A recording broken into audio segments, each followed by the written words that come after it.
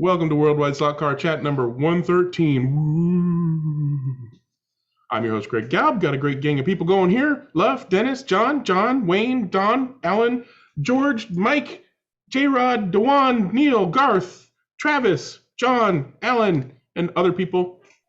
And we're going to talk about slot cars of any kind. As I always say, come and share your kind of slot cars with us. And I guarantee we'll all love to hear about it and look at it. So let's start the day off with some show and tell. I got a bunch of show and tell, but I'll let anybody who wants to show and tell before me put up your virtual hand and I'll call on you, or wave your real hand later on and I'll try to call on you. Don got his virtual hand up first. Go ahead and share and show and talk about it, Don. Okay, as I stated last time, I've been playing with my Eldons again and been working on this one. T-Bird. How different is that? Yeah. How different is that from how it came in the package? Like, are you still working on it? What are you still doing to it? Making a chassis that works on it. Okay. But really the only thing I got left to do is put the brushes on it. But did it not have an interior when it came out? No, it did not come with an interior as far as I know. I know very little about Eldon. Well, some of them did and some of them didn't. This particular one, I really don't know if it had an interior or not. Based on the post inside the body, it does not look like there's room for one. So it's 132nd, right? Yes. You could make an interior for it. You know how to playing cards? You just get playing cards and paint them. You just make yourself an interior. Well, you said that's an Eldon? Yes. Have you seen the Corvair Eldon? No, I have not. The unsafe at any speed or whatever. No, I know Aurora had a 132nd. Maybe it was Aurora. Yeah. Maybe it was Aurora. Yeah, yeah. I had one in that color is what reminded me of it. Yeah, well, the Aurora was like a little more accurate 132nd scale. The Eldons are kind of 132nd scale ish. Well, I mean, this particular one's probably closer to scale than some of the others, but they're the race cars that were actually smaller or too big, but they're sedans and some of those cars were pretty close. I mean, I'm not going to get down with a tape measure and measure any of it. What year model was that? Compared to other companies, you know, it's very close. So, What were you asking? that's all I got. Huh? What was Dewan asking? What year model is that? 65. 65. Yeah, it was made in 65 of a 63 T-Bird. Yeah. Yeah. Yeah. Mhm. 63 T-Bird. But they actually stamped the dates on their production. So Yeah, because when you make a model like that, you're really afraid of someone stealing it. Looking good, Don. Anything else? that's it. All righty. Thanks for sharing. And next up is Mr. Sampson. Go ahead, Dennis. Okay, hi guys. I'm going to share a screen quickly and show you this photo, which was taken by who knows who, but it was taken around 1969. Two cars coming through Clubhouse Corner at Kyalami in South Africa. I remember these cars well. So over the last little while, I have been busy, and I'm just going to stop the screen share now and change over my camera to show you those. So that's the Alfa Romeo. These are the BRM small scale 1/24 scale cars, and I bought two white kits and painted and decaled them up to represent the cars that were in that photograph. The Escort actually is a slightly earlier version than the one that was in the photo. This is how the car was detailed the year before. In that photograph, it was white over the top, and by then it had a turbocharger in it as well. But at this point in time, it was a 2-liter stock block. It was actually a very interesting story because the engine was developed by a local tuner by name of Willie Meissner down in Cape Town, and the rules required that you use the stock block, so he had to use the standard 1600cc engine block that was in the Escorts at the time. And normally when you tried to bore them out to get bigger capacity, you couldn't really get much over about 1700 cc's. But he worked out eventually that if he staggered the bores, that he could actually get them bigger. So he staggered the bores in the block and actually managed to just about get it to 2 liters. And then they put a twin cam head on it, and the thing made lots of horsepower for the time. So those are two that I've been busy with for myself. And then I'm going to go back to my camera. And I'm going to share my screen again because I have, oh, hang on a moment. I have to open up something. Hold on, let me try something else. I'm just going to open the necessary where is it now? Photographs. I will be with you in a minute. Dennis, are those brass chassis under those two cars? No, those are the regular BRM aluminum chassis. Yeah. I haven't changed anything there. For some reason or other, when I was preparing these photographs today, something in my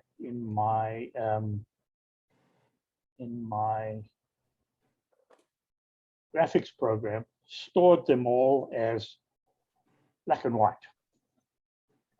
And I have no idea why. Well, they look cool. They look Yeah, they cool, do, don't yeah. they? But you remember Period maybe piece. last week I was saying to John Underwood that I was starting on a car for him. Yeah. And this was the car. So it's a Maserati 250F. And I managed to put a complete brass chassis underneath.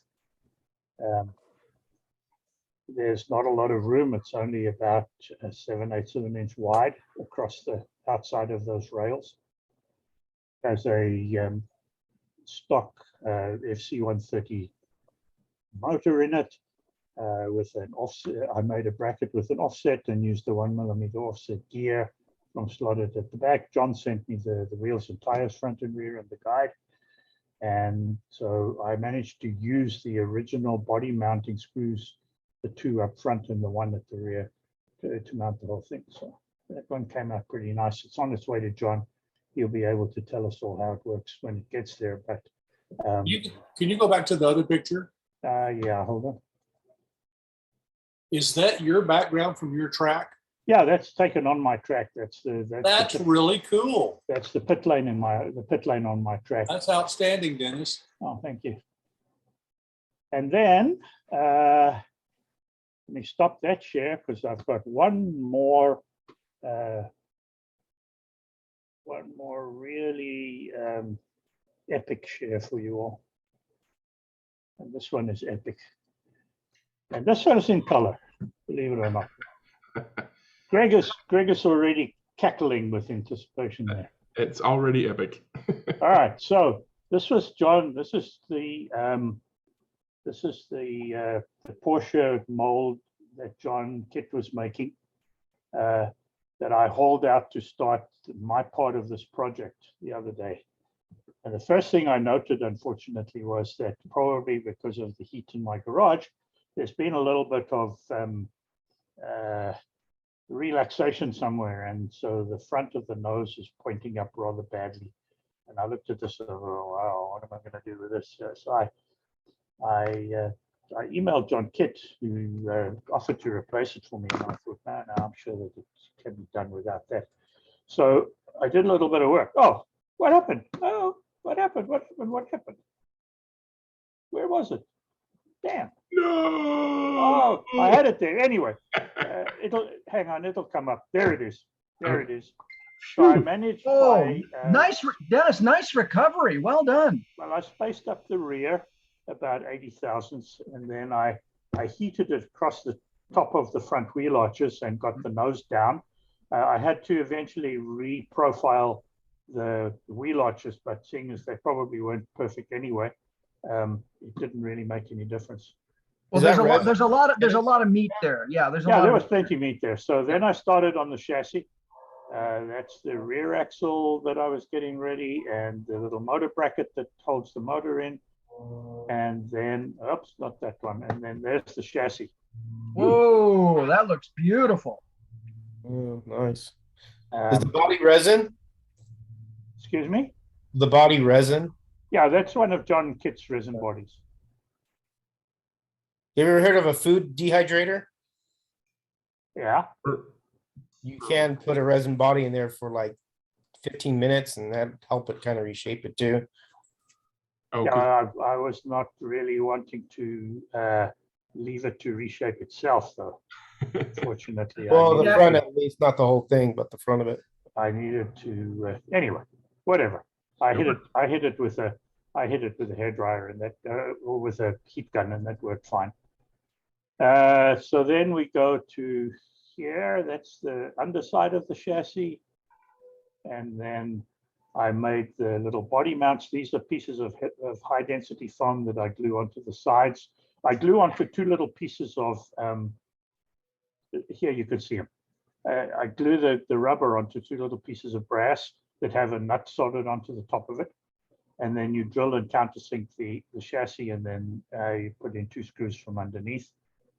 And then when I was ready to mount the body, I put in a little bit of some gel tape doubled over to make about a 0.5 millimeter thick spacer at each point there. And then you can lower that down onto the body or onto the chassis. And then that keeps you roughly where you need to be with clearance to the wheels. And then you let all the glue dry inside. And then there it is, guys. That's looking really nice, Dennis. I can taste it. I can't wait to drive that. That's awesome. And it drives pretty well. It's very nice. You Greg, did it all in 1 week? say again? You did all that in 1 week? Yeah, close on. I think Plus those two uh, BRMs, right? the two BRMs were done last weekend, and then John's car was done, I think, Thursday and Friday, or Friday after our last meeting. So this car was done this week. Wow, Um, impressive. once I get going, it doesn't take me long. It just takes me a lot of time to get there. Greg, the tires that are on here are still the stock C21 compound from C1 compound from Slotted. I have trued them and rounded the edges. They have pretty reasonable grip on my track, but I don't know what you would necessarily want to do on yours. Yeah, it's Yeah, not Dennis- competing, so it'll go around. Oh yeah. Dennis, were those the wheels that Leo gave me to give to you? The rears are. The fronts I had to change because I don't know whether I should actually admit to it. You can zoom in. I had to change them out for a set that I had because I had the axle in while I was doing a little bit of work with the soldering iron on the axle tube, and one of them went a little skew. So I replaced them with these two. They actually look pretty good because they're probably closer to what to the look of the rears. Well, actually, the ones that Leo provided were actually correct for the car. They're actually just the spoke BBS. They don't have the aerodynamic things on them. All right. Well, I could change out the. I'll change out the inserts. then. Inserts? Yeah, Yeah. cool. No, thank you. That's awesome. All right. So Yeah, I don't know if you want to actually see the car. I've got it right here. If you highlight me again, Greg, then there she is. Oh, wow. That looks fantastic. I can't wait to see it in paint. All right, so now all I've got to ask you is, do I send this to Chris now, or do I send it to somebody else who's going to send it to Chris? So how does No, that- no, it should go to Chris for finishing. Yeah. Okay, I Yeah. just know that it may take a bit of time when it goes to Chris because Yeah, and I don't know if you want to Might pop a not note even in be because there. I know I put all the pieces that he should require, but if he needs anything else to get in touch with me, and I don't even have to ship it, we could actually meet somewhere and he yeah, could. there was no driver in the kit, if you remember. Yeah, that surprised me, but that's okay. No, I'll get him whatever he needs, and then he can not buy me a coffee somewhere. You know, again, I'm thankful beyond words that you guys are doing this to Mhm. make this dream happen, and I certainly have no no Yeah. time frame that I'm going to ask anybody to meet. So, you know, For all of you, Yet they do want all of you who 100,000. like this style of car, John did an excellent job on this mold, guys. It's really nice. It may take you. Just sitting there, it's Here, so buddy, don't fast. destroy it. You'll have to reshape it again. Yeah, it takes a little bit of work because obviously, like most of these cars, they started with a regular Porsche and then they blew it outwards. And of course, so the center is very narrow and also quite shallow. So I had to actually paint the edges of the chassis black so that you don't see them. But oh yeah, it's looking good. it I've does. got a little bit of spacing issue on the front axle to fix, and maybe Chris can file the rear wheel arches a little so that they're straight. But it's looking He'll really also good. take out that front. I know he'll probably take out the front mesh that I put in for everybody else. Right up front there. Yeah, Yeah, well, well, he'll, I mean- he'll put in real mesh, Yeah, he can decide what he wants to do there. right? But I just thought I'd let you know. So Awesome. that's me for today. Fantastic. So thank you very much for sharing that. You're welcome. Next up, Mr. Crawley, what would you like to share today? I think you need to unmute yourself. Get you unmuted there, buddy. I picked up this week 2 Frankenslots wireless digital controllers. Very Wow. nice. I had been plugged in all this time on wires. And I got to tell you, these things are incredible. They have extensions on the trigger. They have multiple levels of resistance and acceleration. And you can kind of program them for your takeoffs, how you want to take off. And you can sit anywhere in you could just about sit anywhere in my house and run a car. Because if I had closed circuit TV on the track, I could sit in one room and watch TV. They're really cool, and I'd like to thank the people at Electric Dreams for finding these for me. Nice. Yeah, I've heard they're not super easy to get a hold of sometimes. They're not. I looked everywhere for them. That was the first that I could find. Good deal. I've heard good for 2 things.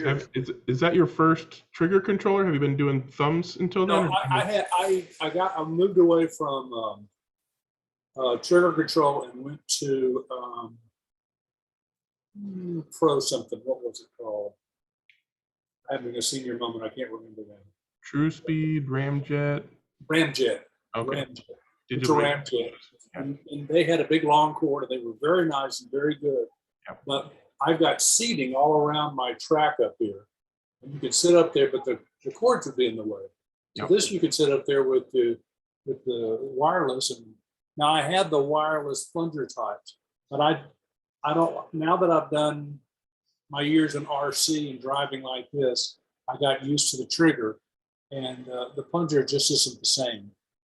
The trigger is where it's at. For sure. Oh, sorry about that. I assume you're done, John? If that's for me, I'm not here. I'll let them know. Looks like they decided I'm not important enough to talk to you anyways. So thank you for sharing that, John. Great get some great controllers in your hands there, and no wires is always awesome. Alan, you are up next, sir. Greg, I wasn't planning on show and tell per se, but I Okay, well thought I then just heard. stop. I'll just no. I'm just kidding. Go ahead. I thought I heard somebody mention Corvair. Yeah. Was that John? I think. Yeah, it was me. Well, It was the, I thought it was the kind of Corvair that Don, the model. Eldon. Eldon. okay. But it was- Well, I'll pop up a couple poor pictures. I took these very quickly, about 5 minutes before the 143rd Zoom on Monday. And the pictures are poor, so I apologize for that. But this is something that I did in Blender, and it took me about 2 months. So here we go.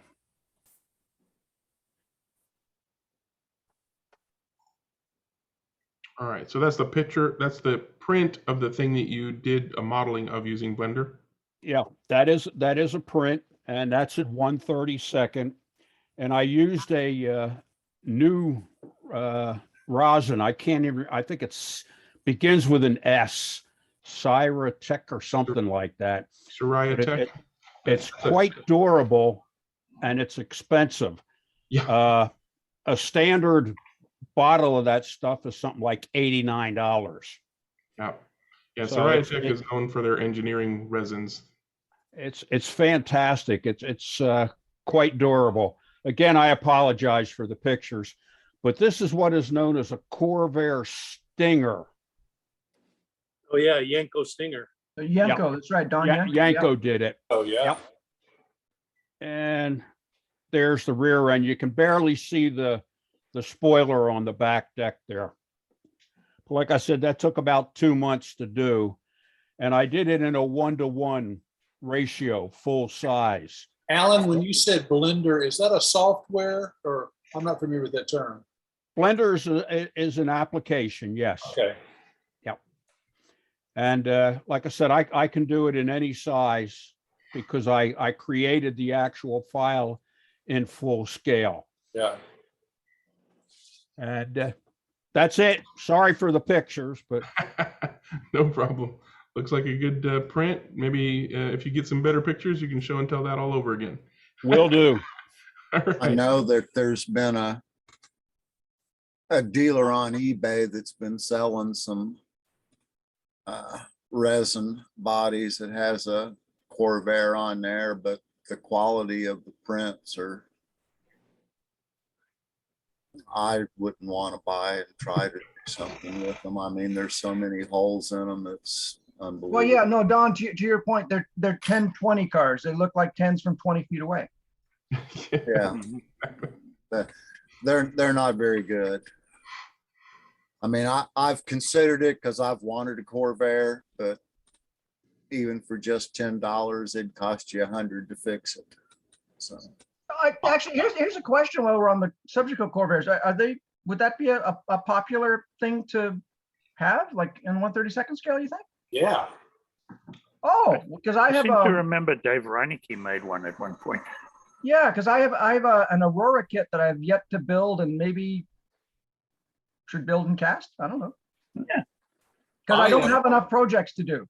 When I started, when I started out, You got a lot of kits, period. What's that? Sorry, I missed that. Sorry. I said, and in that garage, you got a lot of kits. I've seen it. Yeah, I am not. There's nothing wrong. It's okay. It's all fine. Serenity now. Serenity now. I mean, Well, just the fact that there are multiple people in here going through the trouble of restoring, finding, modeling, various seems indicative of at least a small market.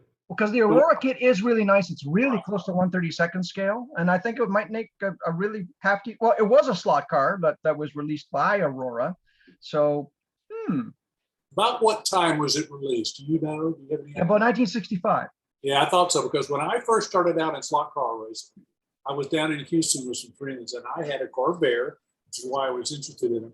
And it had a little flat pancake engine in the back. Yeah, with an aluminum chassis, right? Yes, yeah. Yep, that's the Aurora chassis. Yeah, it was a one size fits all. It sort of extended. Yeah. Memory lane. Reminiscing. All right. Well, Brian put up his virtual hand. What would you like to show and tell, Brian? Evening, gents. I just wanted to show off a few, been doing a little painting this week. And one of the things I wanted to talk about is our friend from Area 51 is here. And we had talked about happy accidents and how sometimes they work out. And I wanted to share this one with you. I'm not sure if you're going to be able to see it, but what I did is I redid a red one. And now this is the Createx paints. And what I did, my method is I'll shoot the base color first, the red in this case, after I primed it. Then I clear that. And the reason I do that is if with this Createx, if I manage to screw up the second color, I can pretty much just wash it off and start over. Now That's what a I did, great idea. I would have never thought of that. you see it a That's a little great bit on the idea. roof, in the hood where the white is, how it's textured. Yeah. So what I did, the white shot just fine. What I didn't do, and I'm using the Rust-Oleum 2X clears, I didn't let the clear dry long enough before I shot the clear over the white.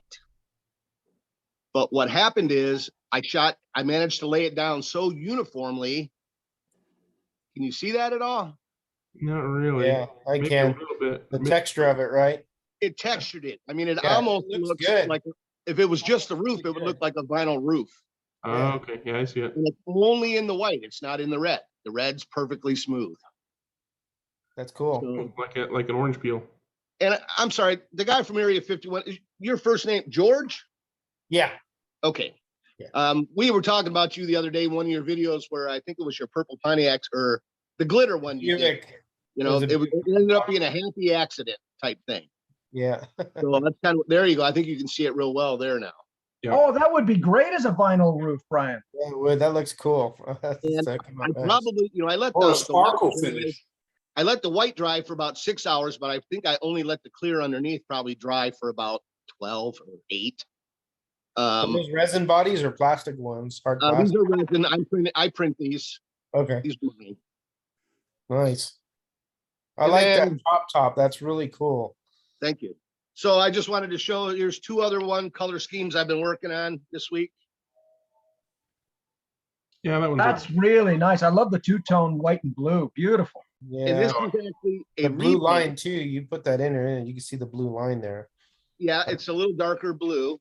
That's And cool. this That's a good job right there. I This can't. is actually a I haven't learned to repaint. do that yet. Well, it's vinyl.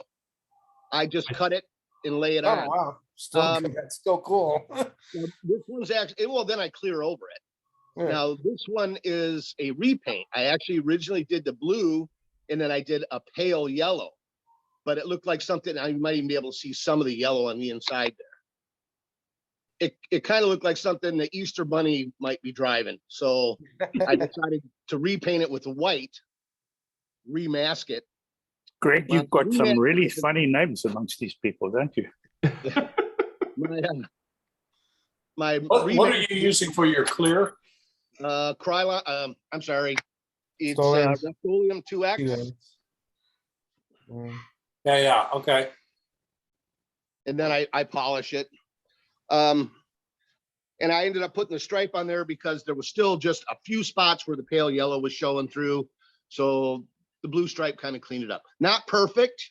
There are still some, you know, as John would call it, a 20-footer from 20 feet. Actually, I'll be honest, probably more from 3 feet. It looks great. And I did manage to just polish through there. Oh, That's you know okay. what that- Put yo, a you know what silver that's- on the back of it or another. Brian, you know what that's begging for is like a little door handle for a trunk or something. That'd be a perfect Yeah. spot. There A you go. license plate, a smiley face Yeah. sticker, or something. And then the last one, There we Oh, I go. wonder who inspired that color scheme. Sunoco. That's because clearly it's a Sunoco color scheme. Yeah. Sunoco. Sunoco. again, this one, and I should have Here's learned. I should have learned on this one, on the red one. I didn't let the clear dry enough, and I recoated it, and it completely crinkled the entire top of the blue. But I laid the clear on thick enough that I was actually able Up and down. to sand it all out. Nice. Wow. The only thing is on the C pillar right here, a little bit of the yellow pokes through because the whole car was painted yellow first. Mhm. And then I've been running this body a little bit. I chipped the corner right there. Oh man. So it'll end Metal up, damage. it's practice, so it'll end up in the junk bin. So, Yeah. That's totally ruined. yep, I agree. Yeah. Put it in the junk bin in the mail. Yeah. All right. Thanks for sharing, Brian. And Thank you. I assume you're done since you stopped Yep. your. That was it. All right. So the Easter Bunny is ready to do his screen share. And today it's a nice segue from Brian's share. I went ahead and printed his stiletto model. This is actually Henry's modification update to the model. He modeled in supports for the wheel arches for printing in this orientation, and he did some changes to the chassis for a short axle motor. Yeah, he changed some of the mounts too. Yeah, he did a variety of changes. I'm actually doing more changes of my own. I went ahead and I ordered some of the ball race bearings that he had found. You can get them from Amazon. The problem is that because of Slotted's just barely slightly oversized axles, I have no axles that will go into those dang bearings. So rather than spend, however much I would need to spend on axles that'll fit, I started looking through my car collection because I know that Scale Auto axles fit, the smaller things. And but I didn't have any cars that had the right motor configuration to steal parts from. So I'm just kind of showing you the pictures of the print. I'm still working on it, but I'm rejiggering the chassis to use pop-in bushings for the rear axle, and some other minor changes and cleanups and things like that to make it, like the wire holders were a little bit fragile, so I'm strengthening those and things like that. Yeah, I've gone to more of a loop on those. What was that? I've gone to more of a loop as opposed to just the tongs for the Yeah. side of those. Is that color pretty accurate in the picture, or is it? It is. It's kind of this weird, not reddish orange. not reddish. It's red, but it's not. What's the word? Not diluted. The opposite of diluted. More Anyway, like rose. it's just The not word is very. It's not very red. exactly. It's not very red. But I like it. Pastel. since this was basically just going to be a prototype, test print, I went ahead and used some filament that I didn't really care much for. But it turned out pretty good as far as the print quality. Standing up on its backside. I did end up breaking a teeny little wedge over here where the support was stuck really hard because I wasn't being careful enough. I just kind of pried out the support. And that was a filament print? This is filament, yeah. So Okay. that's why it looks relatively PLA? big, because it was printed in the pointing up orientation. So I've never printed that in filament. I've done all mine in resin. it worked great. How long did it take to print? I think this whole bed worth of parts was like, maybe 4 hours or something like that. Greg, can I ask a question about that picture specifically? Yeah. There seems to be like this thread around all the parts. Is that from the printer? This right here? Yeah. Yeah, that's what they call a skirt. It's basically just kind of an additional priming of the nozzle to make sure that it's Flowing. consistently extruding and flowing properly before it actually gets to the print. So this is the first thing that it prints. I usually turn that off just because there's a priming line that the printer prints over at the edge before it starts to print, which is usually sufficient. But I forgot to turn it off when I went through the process of setting this up. But yeah, that's just a little bit that gets thrown away. Oh, In cool. Cura, Thanks. they actually consider that adhesion. But Well, I mean, like you said, I there's use it for priming, but it also allows me to do a quick check to make sure my bed's level. Because if I can run my finger over that real fast, Yeah. and if it comes loose, I know I'm not going to get a good first layer, and I stop the print before I get too deep into it. So yeah. So on my Prusas, what kind of speed did you print that at? I don't pay a whole lot of attention to millimeters per second as far as speed is concerned. My Prusa machines are reliable enough that I don't need to look at the first layer all the time, so I usually just turn that off. But yeah, it's a good way to get a quick optic on the first layer before it actually starts squirting out a whole lot of plastic that might go to waste. So help an uninitiated, the chassis that we see there, Yeah. was it printed in that configuration or was it upright too? This is literally after As- the printer how it's finished. Yeah. Okay, And in fact, the reason I zoomed in here is so you could see that the only thing that required any support was the fin. got Required it. a teeny little bit here on the back side because the sides go down a little bit further. And then the pins required some support because they're just sticking out and hovering in midair. Otherwise, the entire rest of the model this is how it came off the printer. The only other supports needed, I wish I had a picture of the inside of the body, because one of the other reasons that I printed Henry's version, other than these wheel arch supports, is the body post supports that he added so that they could be printed without support as well. But as I was saying, I tried to get this put together. My intention was to get it put together for our club race last night and have the guys run it around. And then I didn't get that done, so I was trying to get it finished for today so I could take pictures and show you guys. But had to continue messing with the chassis. So I'll have that done by next week for sure. Greg, when you say wheel arch supports, did he just inside or outside? Did he put those on the inside or outside? They're kind of on the inside. I would not have done it this way myself. They're basically just connected to the edge, on the inside edge of the wheel arch. I would have done it with a gap like a support and just had it right in line with everything there. Yeah, because I did the same thing on one of my other bodies, and I just kind of added a lip. Can't see that while I'm doing my screen share, so let me spotlight you now here. Okay, so what was that? Yeah, on this one, I was the same way. I just kind of added a lip on the outside. Well, you're printing in resin with a different printing orientation too, right? Right, but PLA would have been the same thing. I mean, it just strengthened that a bit. Sure, but it still would have needed support. If I was printing it in the same orientation. This was more for support purposes than aesthetics. Mine was entirely for support purposes. It looked like yours was more for aesthetics. Yeah, it was. Okay, which looks great for sure. But yeah, I'll have more pictures to share with you guys on that next week. So moving on. And the question is, can it become blue and yellow?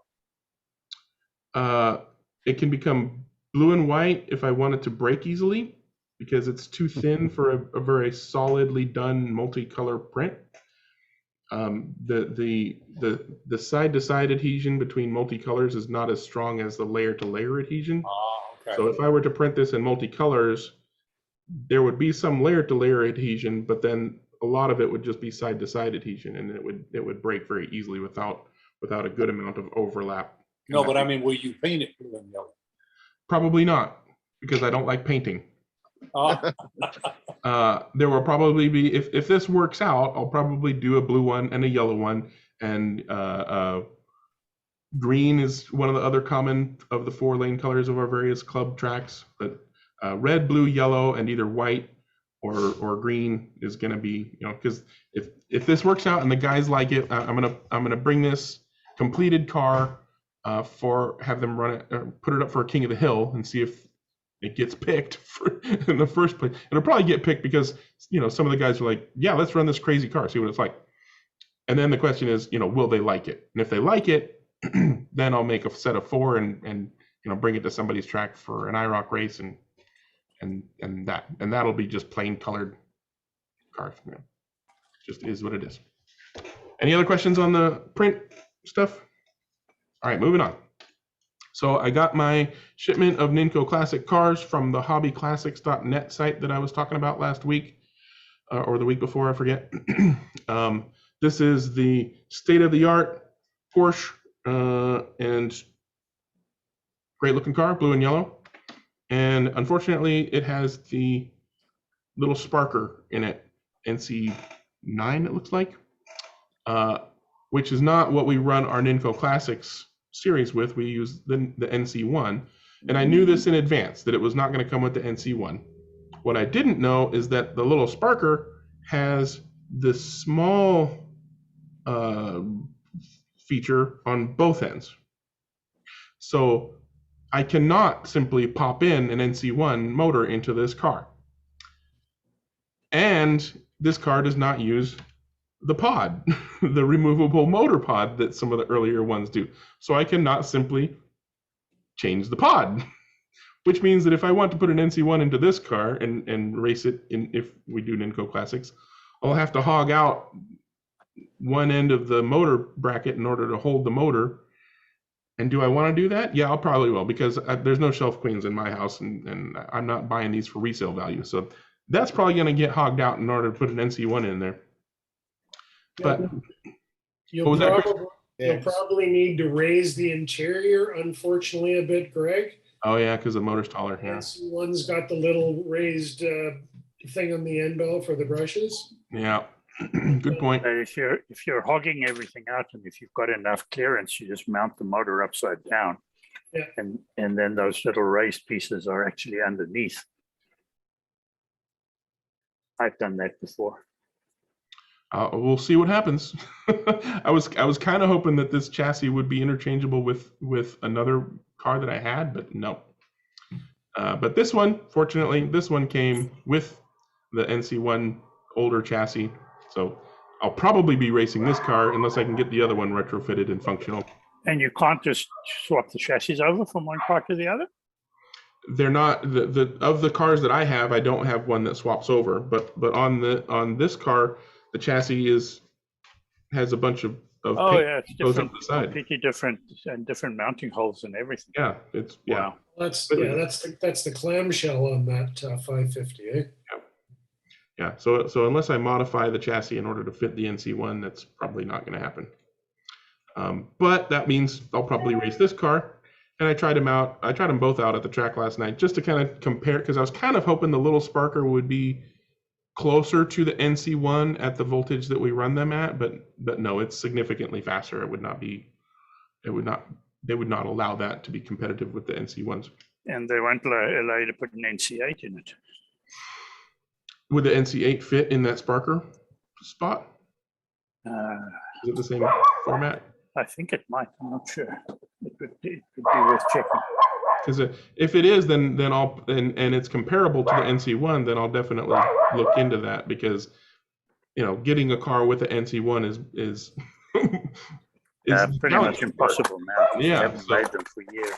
Yeah, I mean, even the newer ones, they haven't made them, but if something can be done to widen the available car choices, then absolutely. So let me know if you find something good about that. But this one does have the original stuff that I can just drop this on the track. It's ready to race in our Ninco Classic series. And I got the kit. This just hit Alan's store yesterday. He literally opened the box in front of me, and I could not resist taking some pictures of kit, and of course taking some close-ups, because they did the whole kit dashboard console thing in there. I noted just after looking at these pictures that Mr. Knight here is not holding the steering wheel. And I'm like, well, geez, do I need to open this thing up so that he holds the steering wheel? Well, no, kit drives itself. He doesn't need to hold the steering wheel. I'm not going to bother doing that. He's just pretending so that the police don't pull him over for not driving. And the chassis Sidewinder, which is, okay. Thank you, Scalextric, for going back to Sidewinders. And then the kit moniker there instead of aren't these like Pontiac Firebirds or something? Yep. Yeah, Pontiac Trans Ams. I mean, you'd think that they're to put a Pontiac logo there, but Nope. here comes the interesting stuff. Money. Money, exactly. Anyone see anything interesting about this body underside? Oh, round thing looks like. Yeah, what's the round thing? Round thing. They would put an air cleaner in there. I That's believe. where there's noise. There must be noise coming. Nope. Sound? The Nope. light. Nope. I'll show you the light. There's a light right there. 100% stuck up front. They did a fantastic job with the light, little super capacitor there.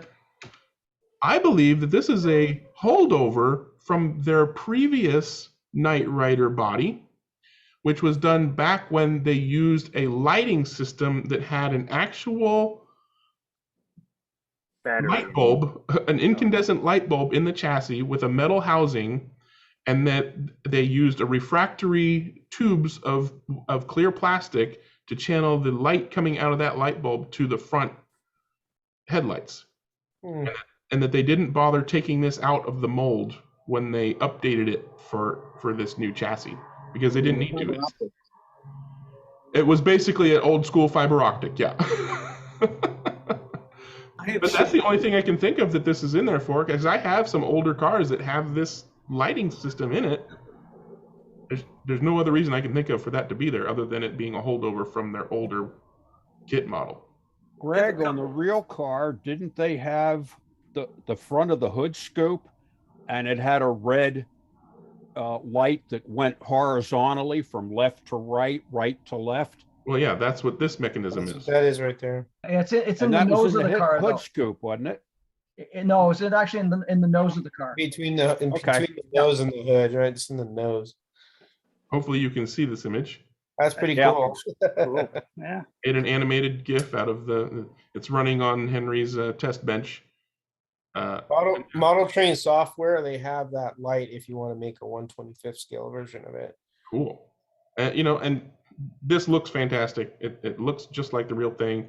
And the super capacitor in there means that as you're driving around, the strobe doesn't immediately stop. The headlights stop. They're not powered by the super capacitor. But when you stop the car, it actually continues to strobe for a few more seconds before it goes dim, which I thought was super cool. Does it have any sound? It does not have any sound. You got to go woo woo all on your You own. got to do all your. Were you playing the music when you're driving around the television?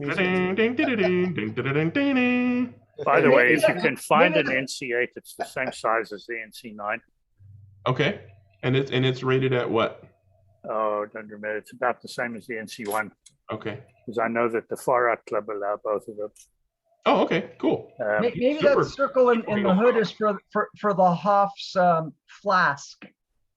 That the big round thing is for the Hoff's flask. Yeah, that makes sense.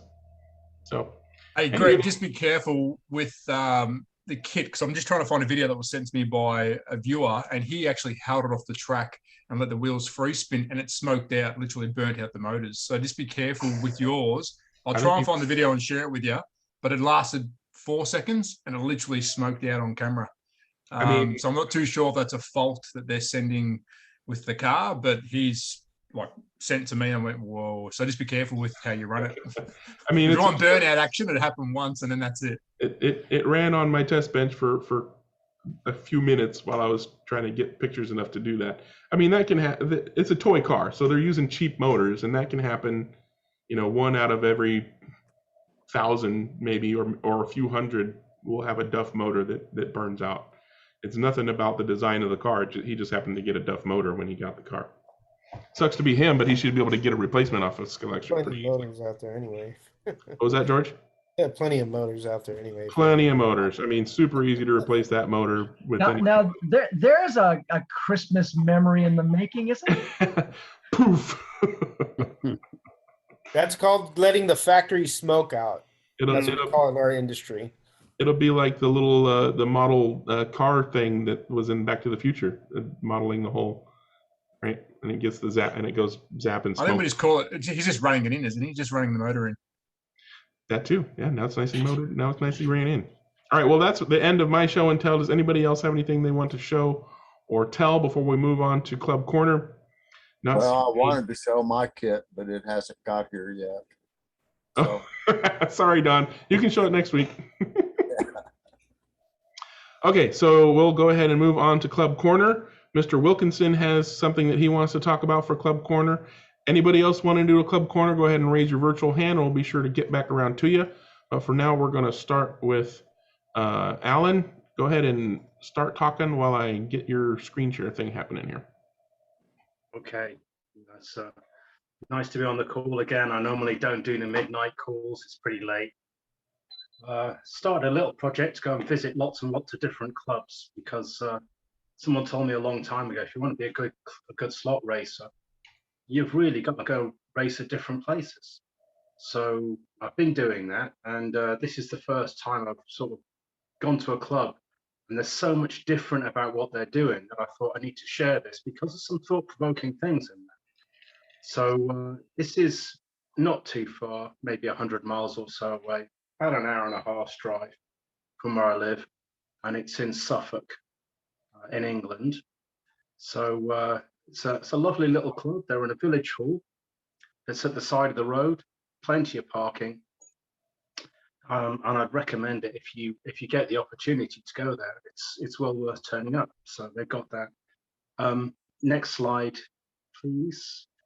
So that's the layout. 6-lane, Scalextric Sport, not painted, not prepared. It's just straight Scalextric Sport. And there's plenty of space in their hall. I mean, I go to some clubs and it's a real squeeze. You know, you got really, really squeezed. You can't even get onto the rostrum. You have to squeeze past each other.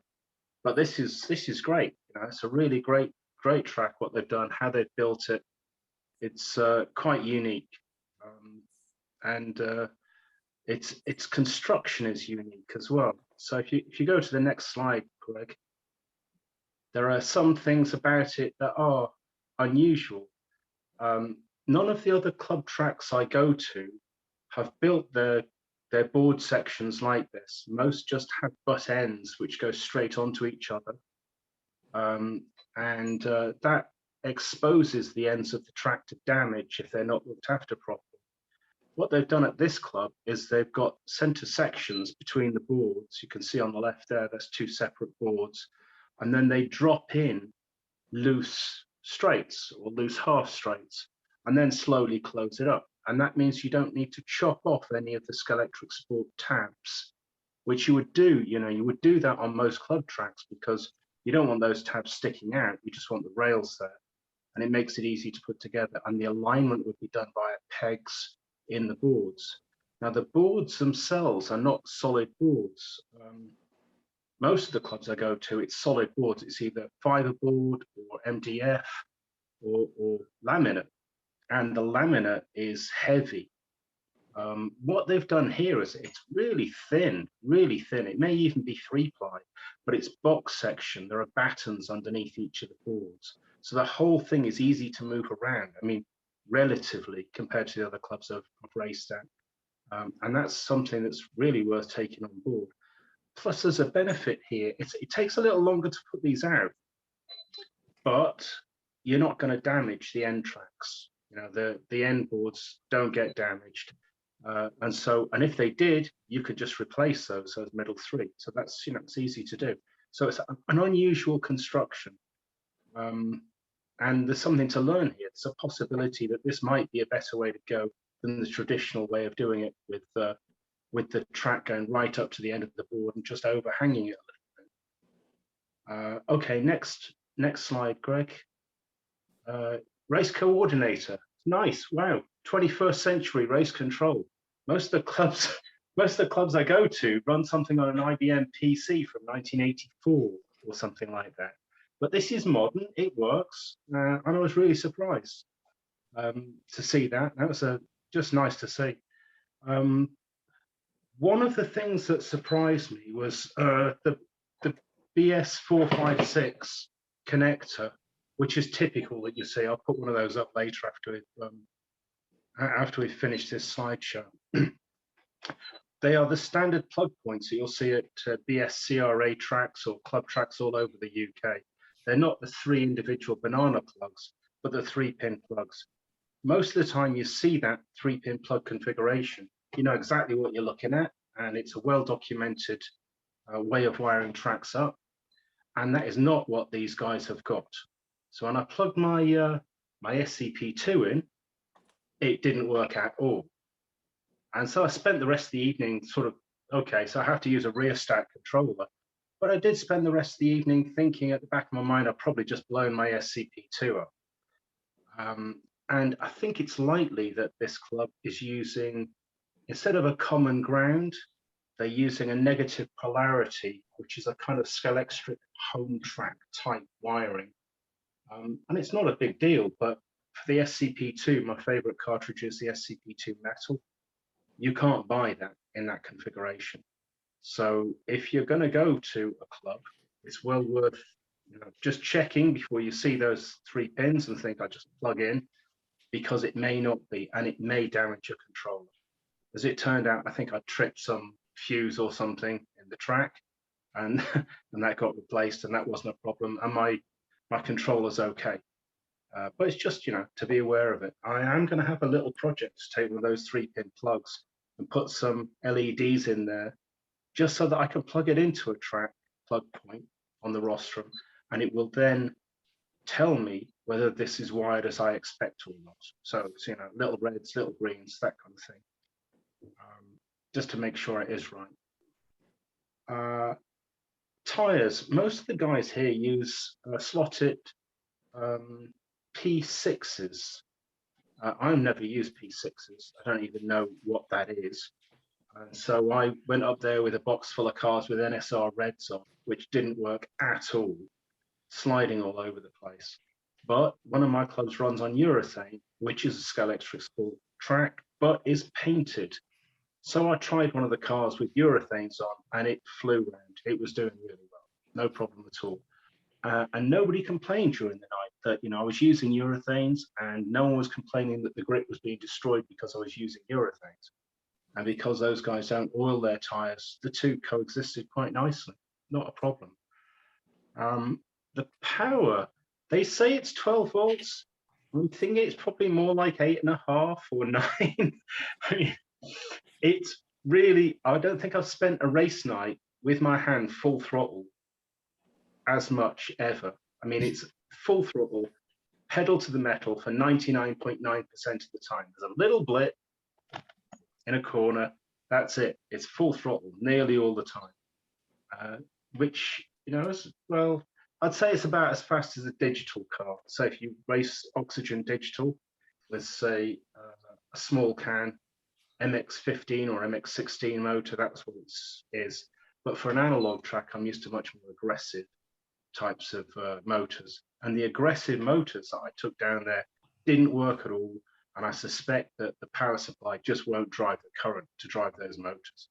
So although it was an unlimited night, so one of the classes is unlimited, there was no way I was going to be able to drive my 30k motor with the NSR King 30.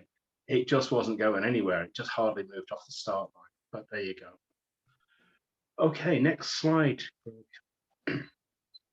This is new. This is something. This is why I like going to different clubs.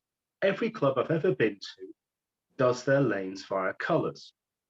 And that means that you really can't, if you're colorblind, you're going to get the red cars get put into brown lane and vice versa. And you're going to have Marshall saying, I didn't know it was blue lane because I thought that was the livery on the bonnet that you've got. There's lots of problematic issues with identifying cars with colors. I think the first and foremost for me is it's ugly sticking chunks of bloody insulation tape on your car across the windscreen to identify it. This club uses lane numbers, and they hand out little roundels, and you put a roundel number on the bonnet of your car. Good to go. It's nice, the photographs that from the meeting would look lovely, not great big chunks of tape all over the car. So, it's something I'd never seen before. And I thought it was a really cool idea. And I can't think of any downsides to actually just numbering the lanes as opposed to colors. You want some? So, I can give you a couple. What, the roundels or the? No, I can give you a couple of reasons that numbers are not as good as colors. Tell me, Dennis, why Well, the does very this not first work? thing is when the car comes out, the marshal has to pick it up and has to read the number, right? And that takes longer than recognizing the color. Then you have to decide where is that number on the track, right? Is it on the inside or is it on the outside? And it just takes longer, that's all. Plus, it's very difficult when cars are running if one car is in the wrong lane to actually see that. Whereas if you have colored stickers and you have a rider of a car in the wrong lane, you can see it much easier. So there's 3 for you. That is true, and they did have a rider in one of the races I was in, and the marshal didn't spot it, and the driver had to shout and shout and shout. I'm in the wrong lane. So yeah, maybe there is a downside. There Okay, are, and, next, most of Europe uses numbers rather than colors. Yeah. Okay. Next slide, Greg, please. So on the night, we ran these club carts. I really don't know what these things are, but whoa, they are top heavy and they are not fast. And it was a struggle to get them around the track, but you know, that was okay. If that's the picture of the actual cars, those are Scalextric carts. Okay. And they basically use HO motors, I believe. Okay, yeah, that sounds about right. So I spent a club night. 2 of the classes were cars that were provided by the club, and both of them were Scalextric. So I've never been to a club that's given me Scalextric cars to drive before. So this was new. These were a struggle to get around the track because they were top heavy, and they slid around, and they weren't particularly fast. I think the main thing to do with that is to leave the braking as late as possible without getting it to spin the back end line, just to keep them on the track. But it was sports car unlimited class, and what I found was that the cars with slower motors, Sprinter Juniors, 17K type motors, work better. My NSR Kings wouldn't work at all. So I'm suspecting that motors like the Flat 6 Yellow would work really well. You know, so it's just a different way to do it.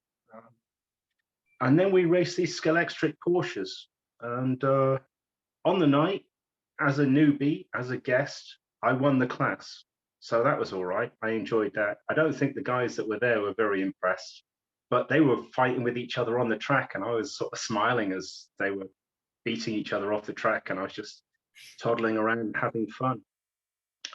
So in summary, if you're in the area, this is a good club to go to. It's especially good for younger drivers. My son Hayden loved it. He enjoyed all the classes, and he got the cars round, and they weren't too hairy and too crazy. And generally, I'd say that at slot car tracks, often you get people who are quite highly strung. I think that's the best way to put it. No highly strung people at that club. They turn up, they have fun. They take a tea break, eat their sandwiches in the middle of the thing. Very, very cool. Alan, why do you think the smaller engines are better? Smaller motors? I suspect they've got continuity problems on the track, and that limits the current. I noticed that on one section, there was a fair amount of power. On the rest of the track, it was quite low. And so what's happening is the current is being limited by continuity problems, right, which means that if you've got a really high power motor, like a King 25 or something, it just doesn't go. It's not getting the delivery it needs. Right. Whereas if you've got a motor that has very little magnet traction, this was a non-magnet club, the car floats a little better, and the motor just runs smoothly on a lot less current, so it's more predictable to drive. So there you go. It's something I'm planning to do, if I can find a way to do it, is to race every day of a week. So I'm going to find clubs that I can get to within 100 miles of here, and every single day of the week I'm going to drive. So at some point I'll do a little presentation about, on Monday I did this club, on Tuesday I did this club, on Wednesday I did this club, etc. So there we go. But that's the first one. Are you going to keep yourself open to HO and other stuff, or primarily one and stuff? Well, whatever I can find. Yeah. Whatever I can find. There isn't a lot of HO around here, but whatever I can find. But as a summary, I'd say that it was beneficial to go race at another club. I'd recommend it to anyone. Don't just stick at your home club. Go race elsewhere. It's a very interesting choice for that Porsche category, because those cars are very notorious for breaking the chassis right between the rear wheels and across the contrate slot. I've had a couple of those that have gone the same way. So they must be getting rarer now. Really? Yeah.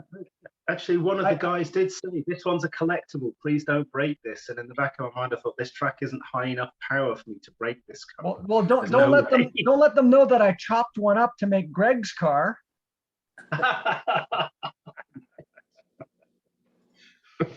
Right, when you showed that picture, I'm like, wow, those are on the older side, and there's Early 80s, they are. Yeah, were they club cars, or did everybody have their own that they tuned up and stuff? Or No, those were club cars. The karts and the Scalextric Porsches, they were just provided by the club.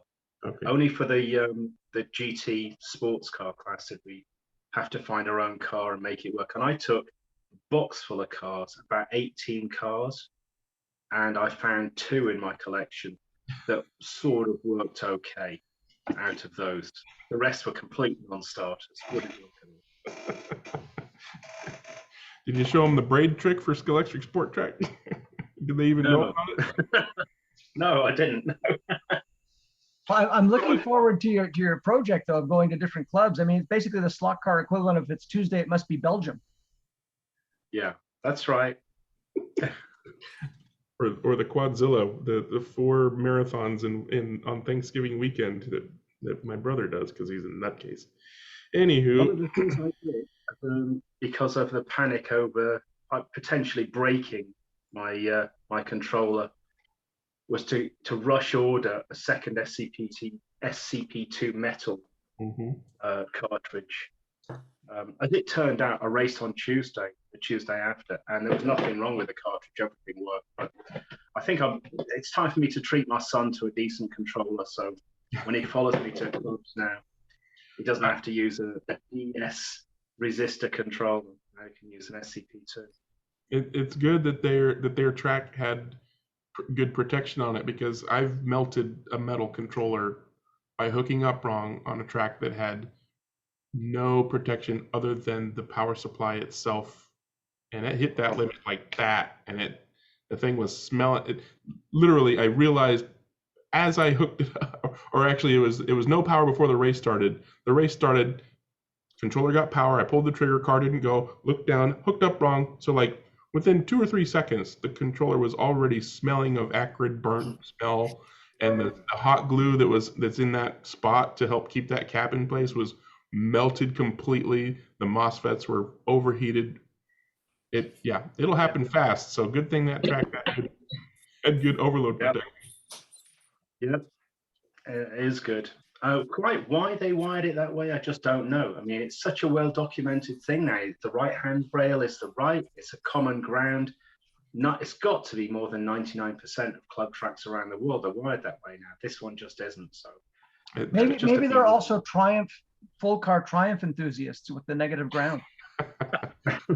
I mean, it's got to be a holdover from Scalextric, controllers, the set controllers, and they just wanted to be able to stick with I don't know.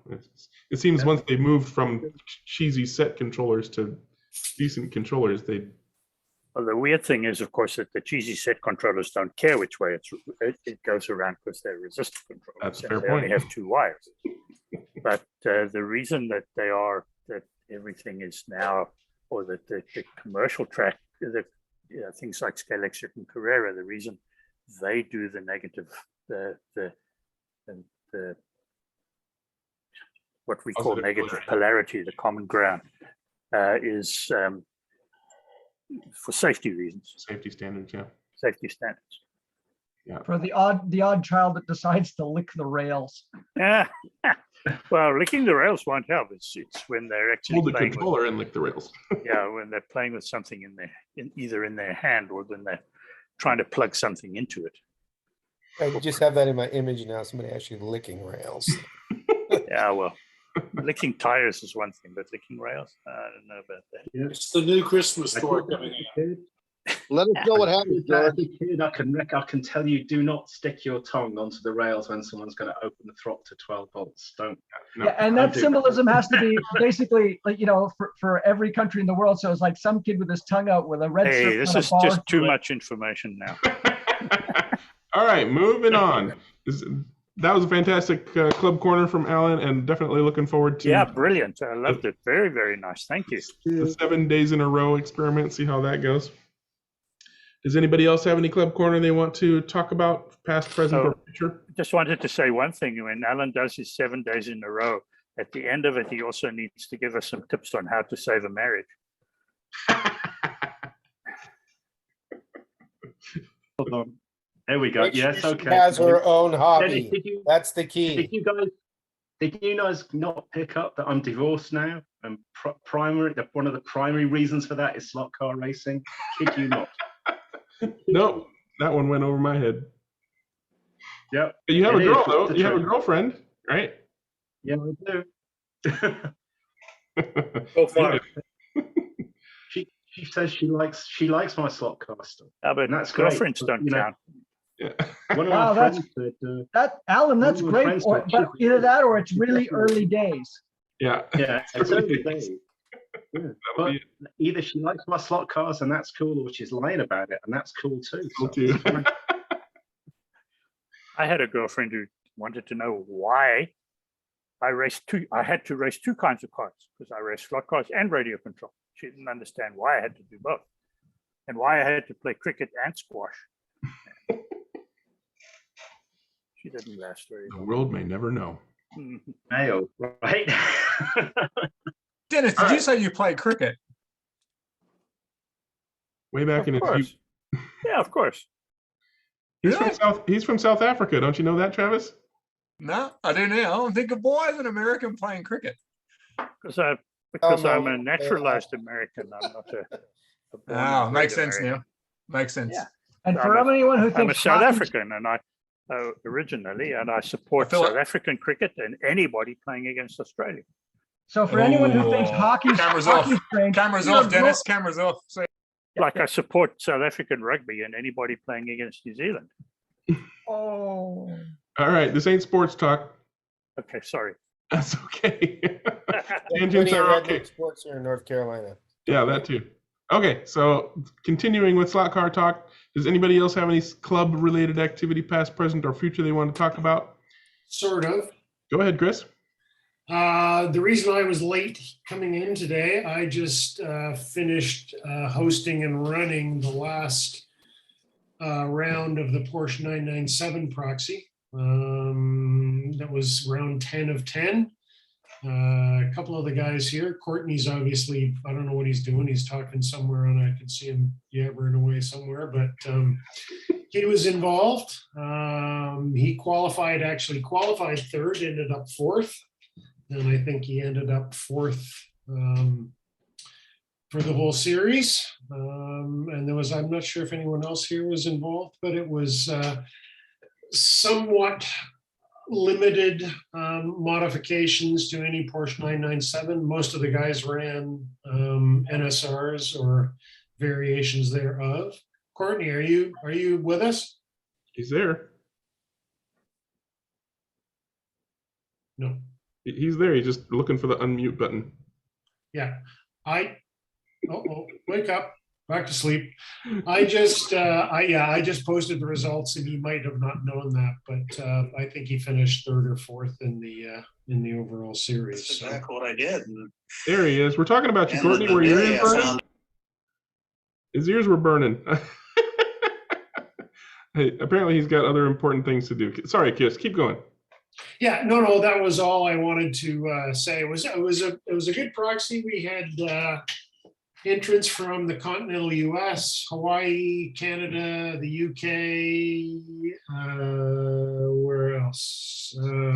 We had a couple of Aussies and I think a New Zealander in it. So 5 or 6 different countries around the world. So it was quite a nice proxy actually. About how many cars? Sorry? About how many cars? There was 29. That's a pretty good turnout. Yeah. And what was the basis? Was it brass chassis, plastic chassis, any chassis? Yeah, basically any chassis you want. It was a Porsche 997 body. You could run pretty much any chassis you wanted to. For most of the 99% of the guys are running plastic chassis. It's pretty tough to build a brass and wire chassis unless you're a really good builder to compete with the plastic chassis. on club tracks with rubber tires. As soon as you go to bigger tracks and sponge tires, the whole world changes. But for the type of racing that most of us do, a well sorted out plastic chassis does absolutely wonderful. Yeah. I'm back if you need me.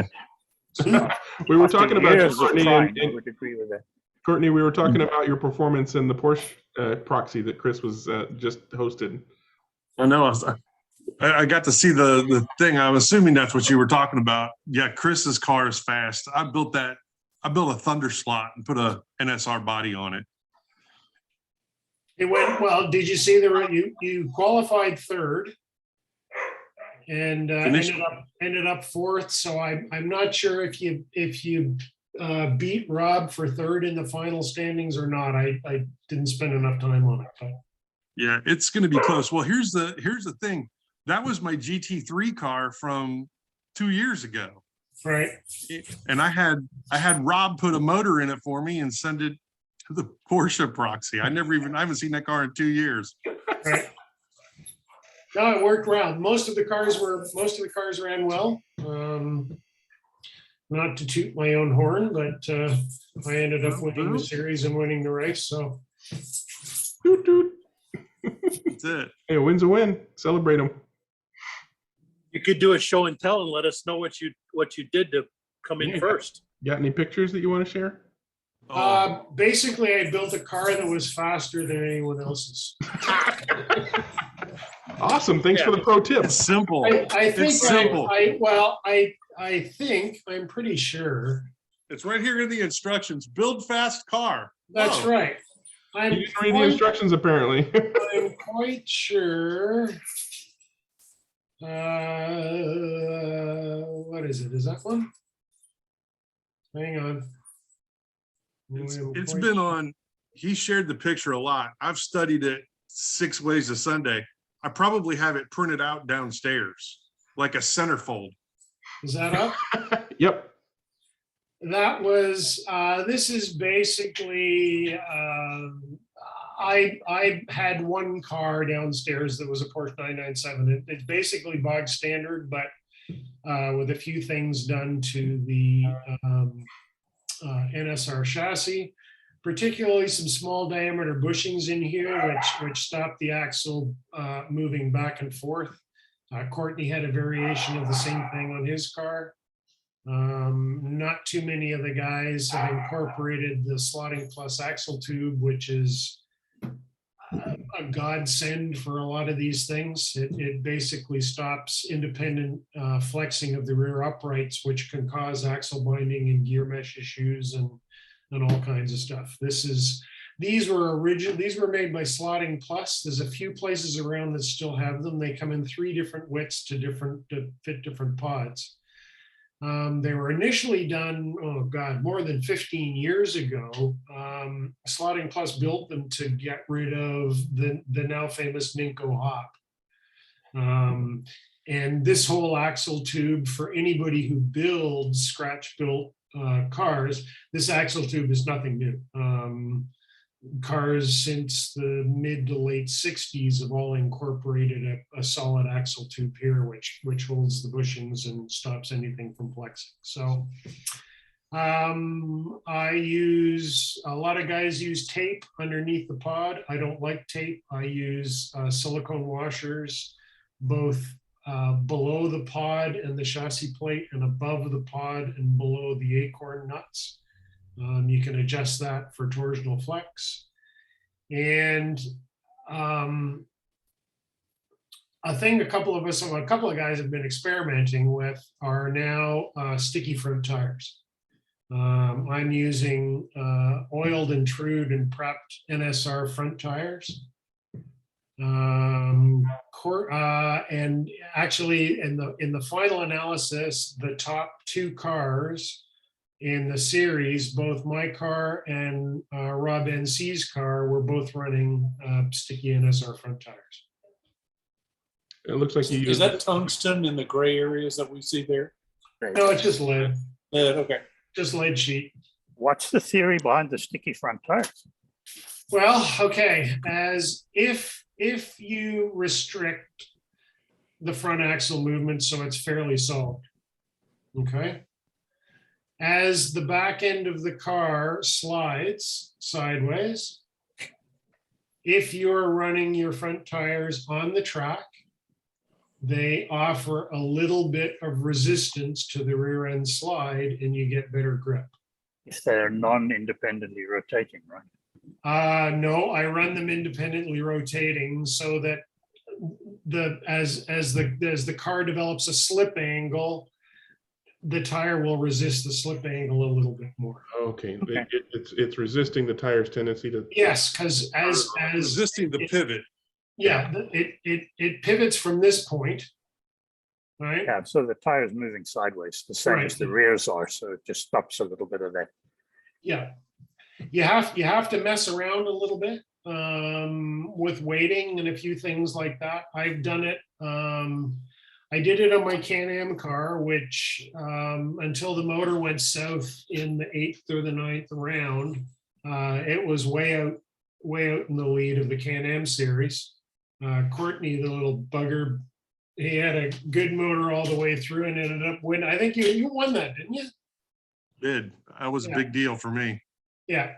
But I've used it in a few proxies now.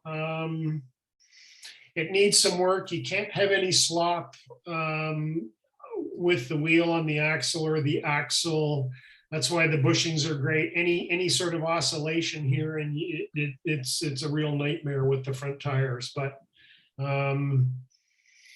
it's worked for me great in 2 or 3 proxies, and it's worked really well on at home on the club track. So and you haven't found that it causes the car to chatter?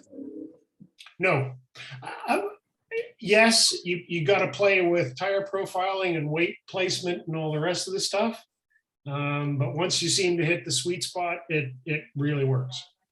Hey, Chris. The thing I messed with mostly was how much pressure the front wheels were putting on the track.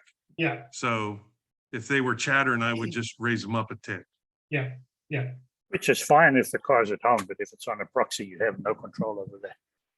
Right. Yeah.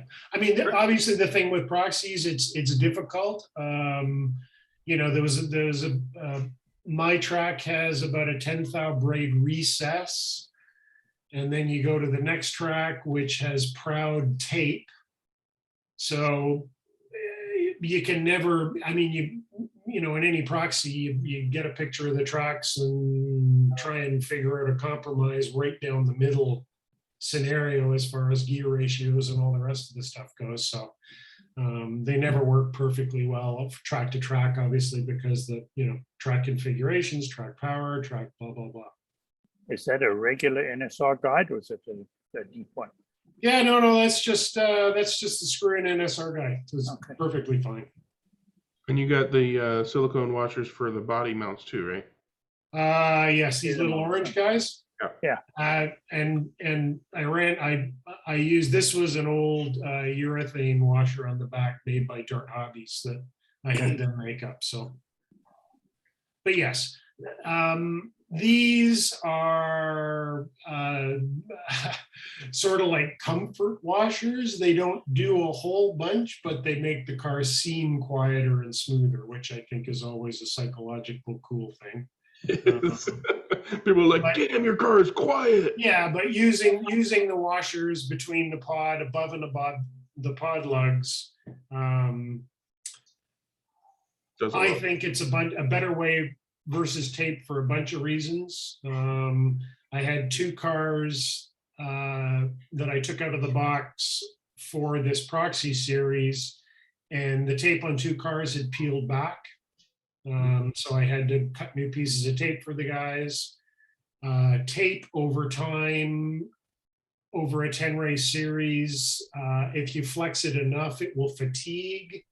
So the level of torsional control when you first put the tape on till the end of a 10 race series will differ. Yeah. And I just think the washers with a nylock nuts look way cooler. So, which is always a, you know, that's a neat thing as well. I mean, just the fact that they're not going to fatigue as quickly as the tape does is good enough. Yeah. Well, and the other night, yeah, I mean, they last and last and last and last and last.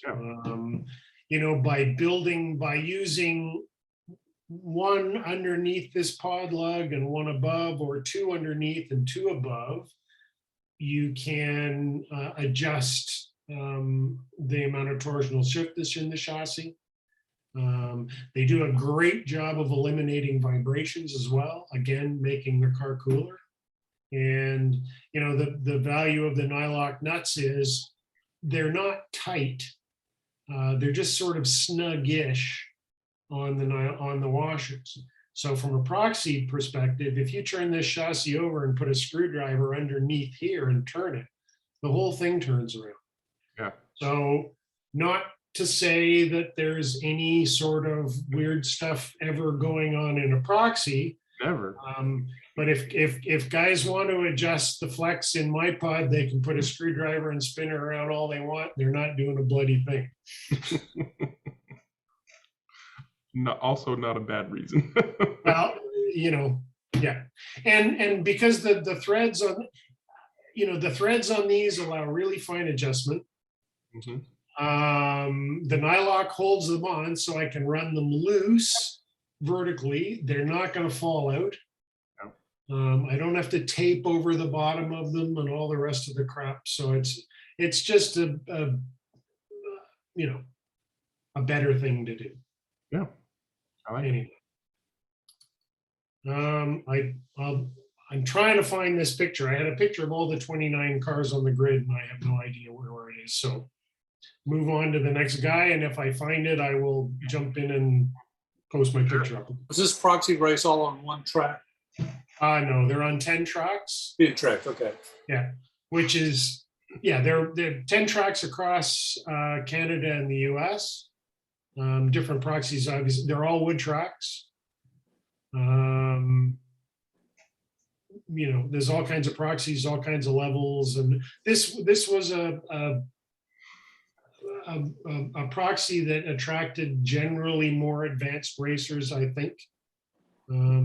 Some of them are geared more towards beginners and all kinds of different proxies.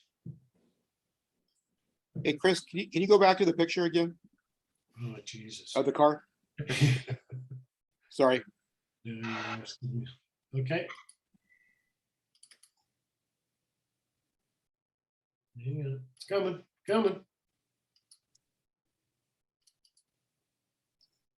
Okay.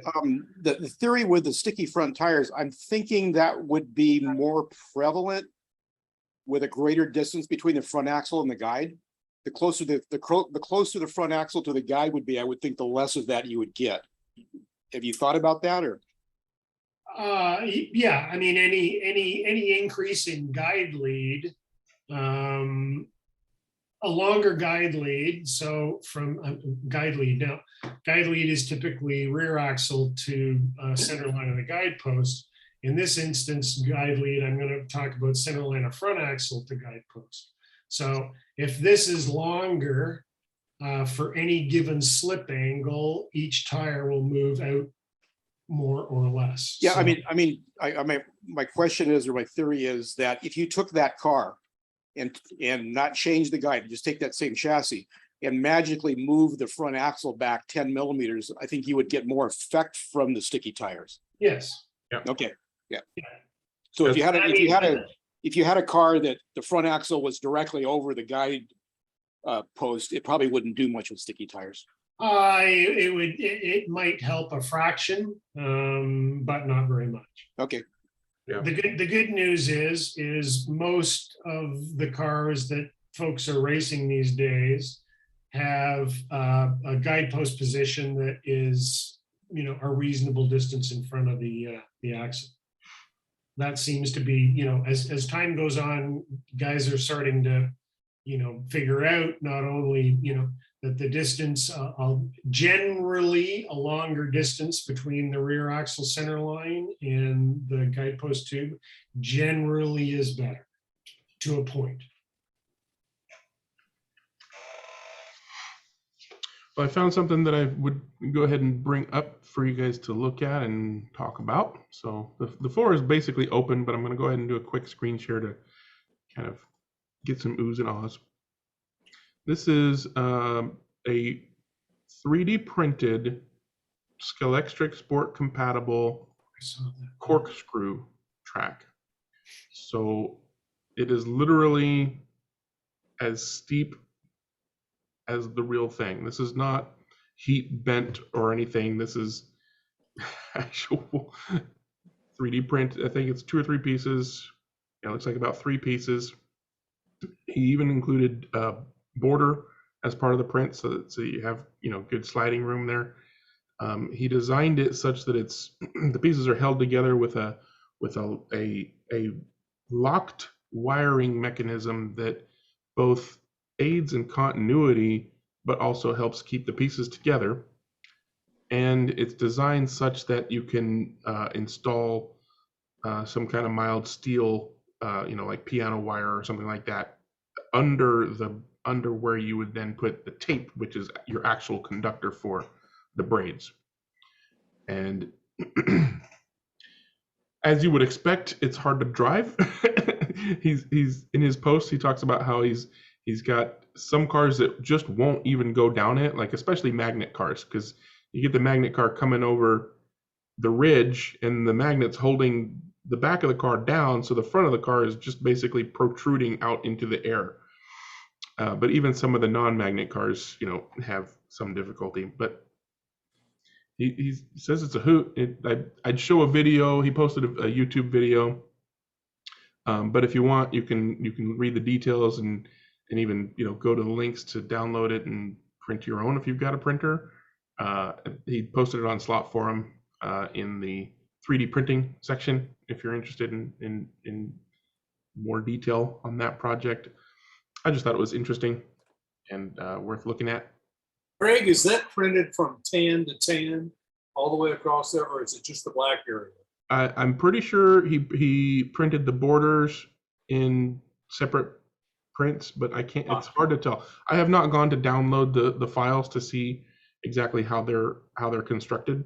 I've only because I'm not planning to print it. So this is basically all I know is his thread. He's posted it on a few different forums.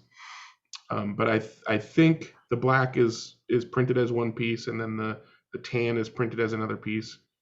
I'm not sure if he did the red and white with paint or what the case may be, but then it all clips together and is held together with his wiring thing.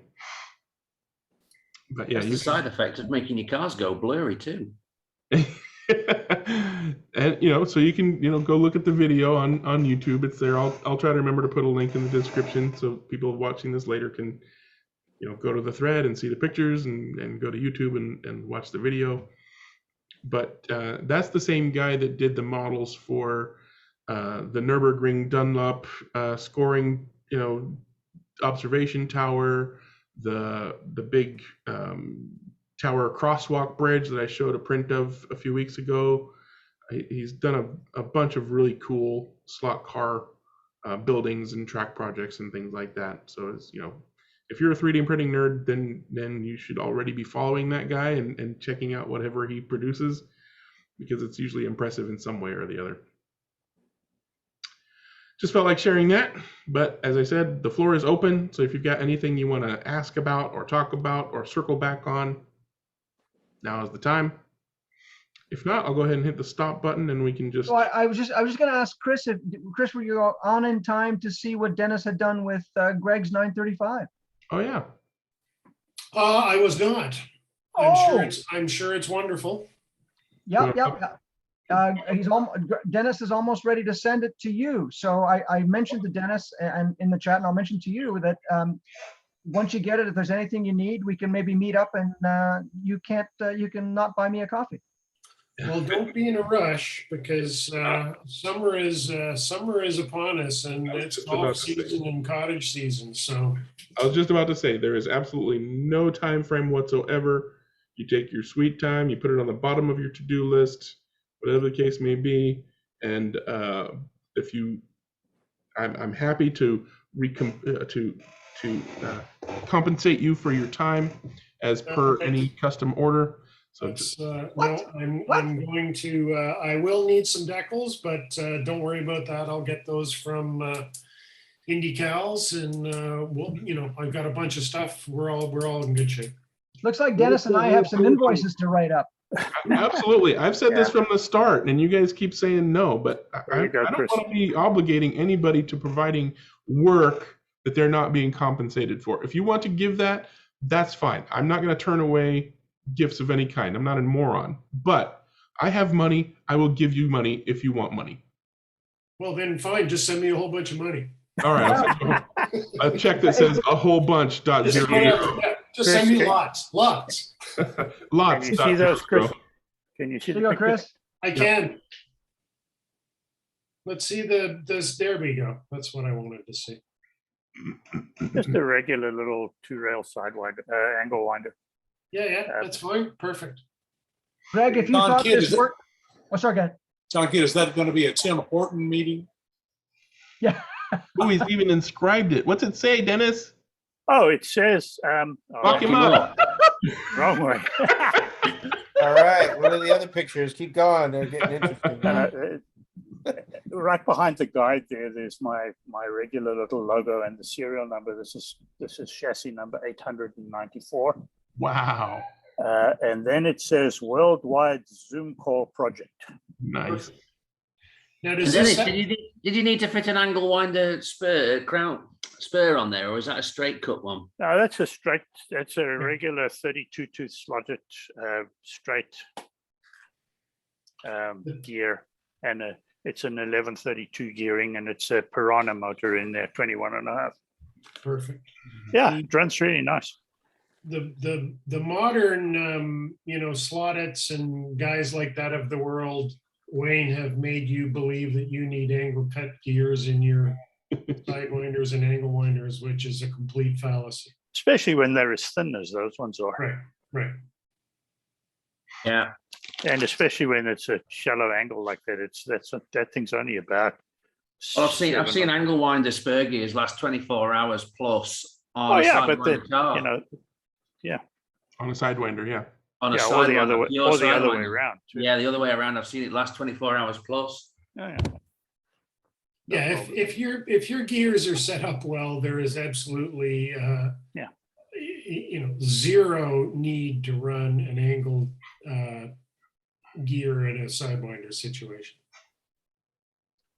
The thing about those angle winder gears is that they do give you maybe a little bit more tooth contact, but as soon as you get an offset in vertical height between the axle and the motor, it doesn't make any damn difference anyway, because now you're off at the angle in any case. So don't bother. Interestingly, at Gaydon, I managed to talk to Giovanni, who designed the NSR Mosler, and I was dipping into the history of the Mosler. I managed to tap into his kind of nostalgia button a little bit. And the first NSR Mosler was a sidewinder. And the reason it was a sidewinder is they couldn't get the angle winder gears cut in time to homologate the Mosler for its first event. So he was convinced at that point that an angle winder, angle cut gears were necessary. For a long if you look at an NSR angle winder, that it's like 25 degrees angle. Right. Yeah. Yeah. It's about 22. It's not the steepest. I believe that Slottet's the steepest one at 25 degrees. But Giovanni was convinced that was needed, and because they couldn't get the gears cut, that's why the first Mosler were sidewinders. I guess the other thing is the other reason, of course, is when you start to get to those big angles. If you want the motor close to the axle, you have to use a much smaller gear. Right. If you start with big angles, all that you're doing is moving the weight of the motor forward, and particularly with the long cans, it probably is significant. Dennis, I really like your solution for body mounting with the foam. I think that's awesome. I've been doing that for a long time. The European, all of the European 1/24 scale scale model races use a system like that. Yeah, I'm looking forward to seeing that in person. And Are you using like a contact adhesive between the foam and the body shell, Dennis? Yes. So what I do is here when I make them up, I make up these little plates, and then I glue the rubber onto them with a contact adhesive. That's 3M trim adhesive, the yellow stuff, the really strong stuff. And then when I put it onto the car, on the inside of the body and on the outside of the foam, I use E6000, so that you can slop it on in large amounts and position the body and move it around a little bit just to get it perfectly where you want it. Then let it dry, and then any excess you can rub it off and clean it up quite easily. And it sticks well, and don't have any trouble with it. Yeah, well, one nice thing about it is you've got a large contact area between such a huge block of foam and the hole of the bottom of the door. You've got a nice, easy gluing. And what I did there as well, even though the plates are the brass plates with the nut in them are relatively short, because they fit in between these two pieces of wire that go across the chassis. I left the back end of the foam on there so that rests on the back end of the pan. And so it supports the back of the body. The body doesn't drop down onto the rear tires. Yeah. Very nice. Yeah, it came out pretty well. Mhm.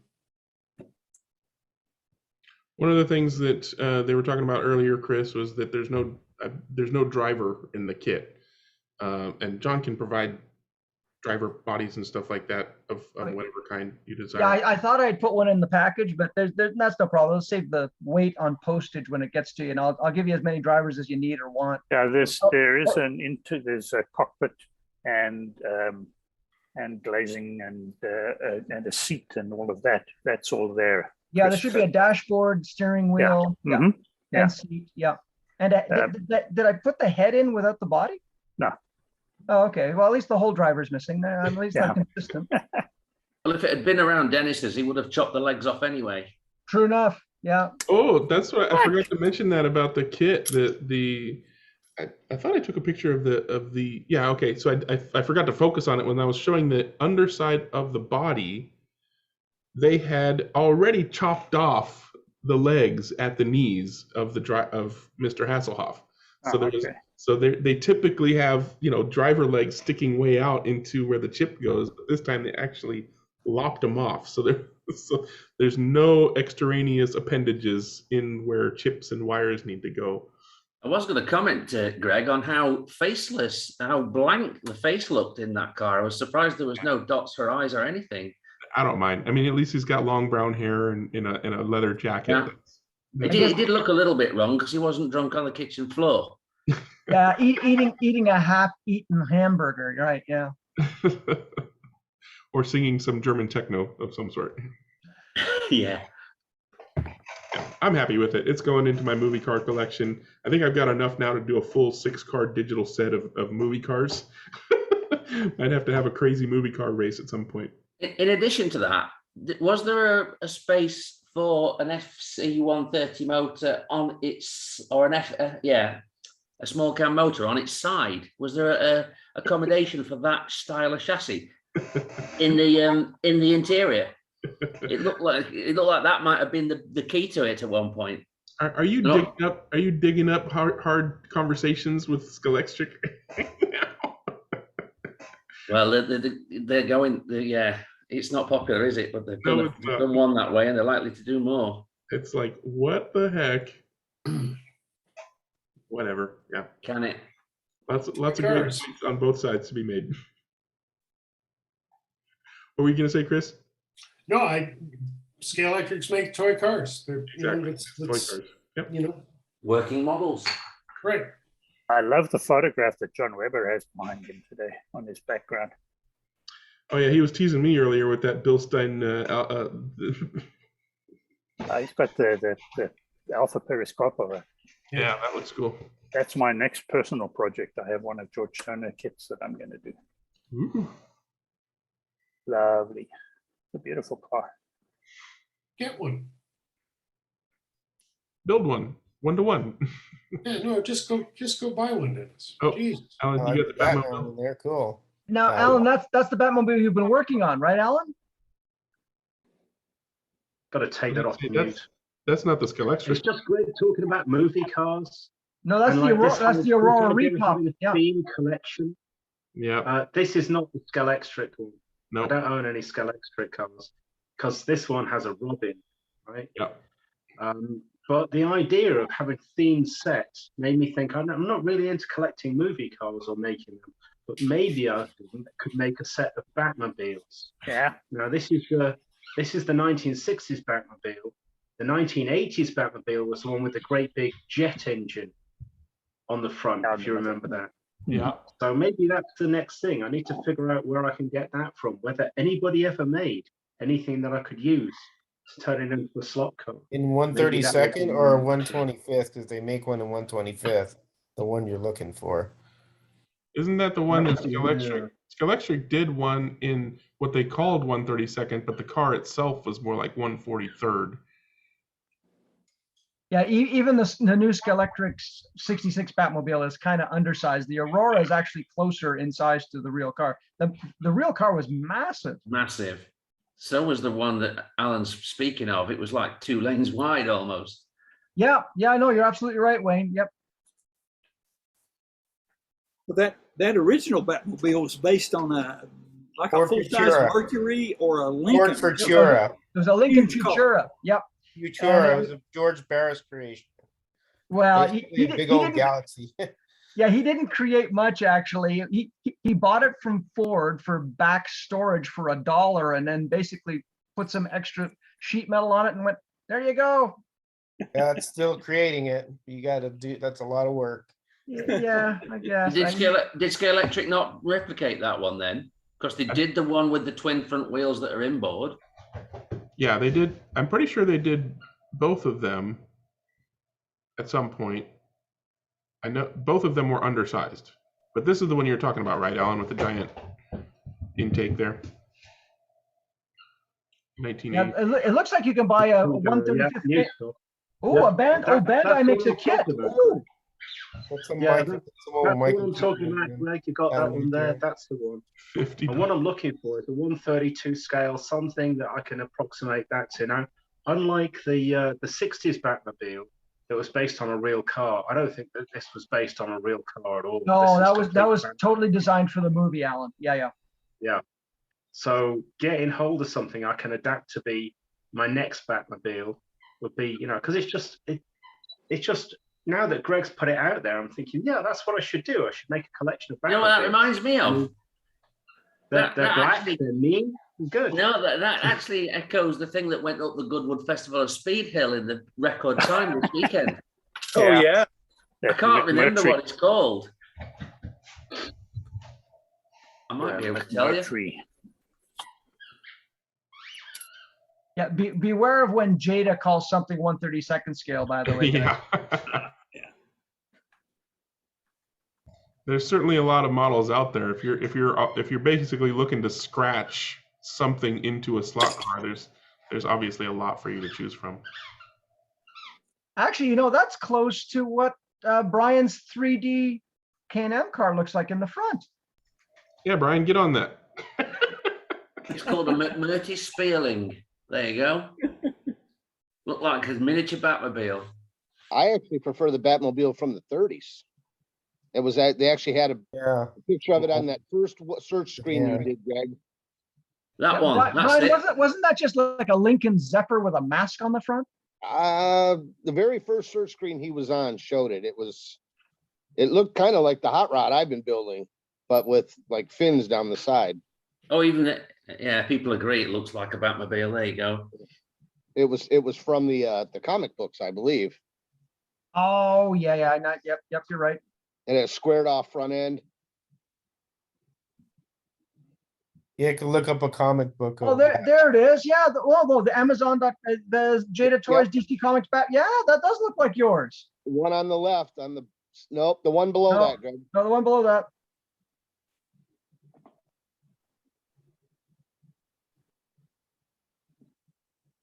Oh, that, yeah, One that- more. that's the one. Yeah, that's it. That's it. That looks like Brian. You did that. Hey, you're really close with your car, Brian. Yeah, theirs is better. No, but I'm saying you just have to make a few little Hey, adjustments. that would be one fast stock car, wouldn't it? Yeah. It's pretty cool. And it's only $12.99. You should get it. It's die cast. Well, We need Brian to smash some shapes together on his Tinker card. I'm sure it's 100% accurate 1/32 scale. Sure, yeah. Just needs a magnet and a bigger motor. That's That was for hilarious. you, Mike. That's the one that went up the Goodwood. It is, yeah. A Spaceballs car. That's what it looks like. yeah, well, that picture's taken at Goodwood.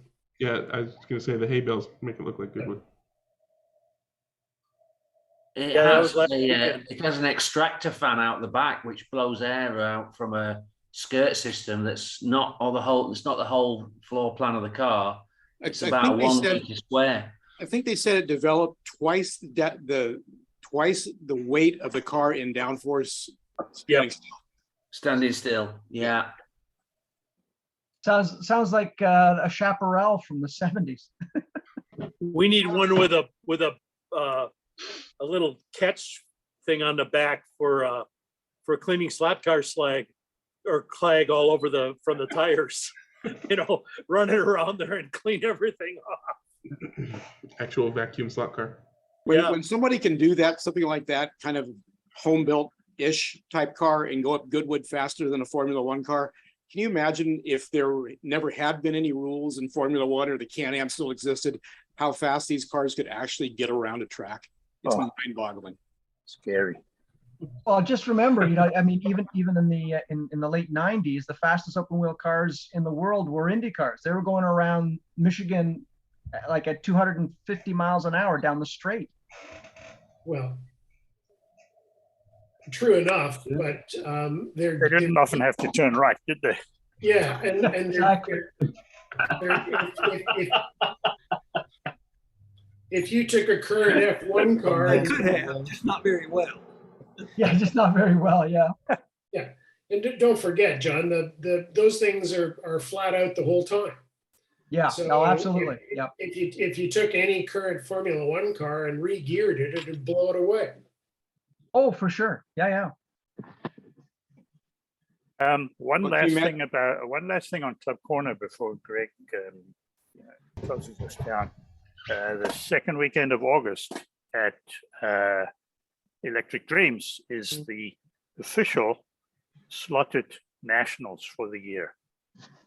So the rules will be coming out July 4th and the schedule, but it's basically Friday, Saturday, Sunday. Practice on Friday, tech inspection and qualifying on Saturday, and the racing format on Sunday.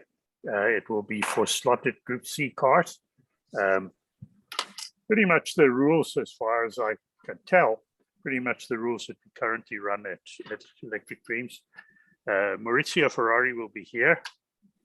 They have like a show and tell or a chat with him scheduled for, I think it's maybe the Friday night or the Saturday evening, one of the two. And it's limited to 72 entries. So if you want to be racing it, be ready as soon as the entries open, which I think is probably very soon to get an entry in. Been testing some interesting stuff already. You are? Yep. Which is why I've been trying to convince everybody that we should have slotted parts only, but I'm not getting much. Isn't it slotted pods only? I'm saying I've been trying to convince the rule makers that we should be using slotted parts only for a slotted national, but I'm not getting much traction on that. Yeah, there's some loopholes in the rules. Yeah, there's always loopholes in the rules. Is that track completely dry, Dennis? Yes. Okay. Yep, that it is. Are these the rules that aren't released until July 4th that we're discussing here, Jim? No, they're on Electric Dream's website now, and as far as I know, maybe Dennis can correct me, but theoretically they're going to be the same rules that are currently being used. The one exception is there are going to be handout motors. Yes. And in December when we ran the Enduro, tape was allowed, and it's not anymore. Correct. So I think that's in the rules. The tape's not allowed, but it was in December. So as far as I know, it's the rules as written, except there will be handout motors. That's pretty close, as far as I know. Like I said, I haven't seen the final rules yet, so I don't know whether there's going to be any other changes. Is, go ahead, sorry. No more. If tape's not approved, what about washers?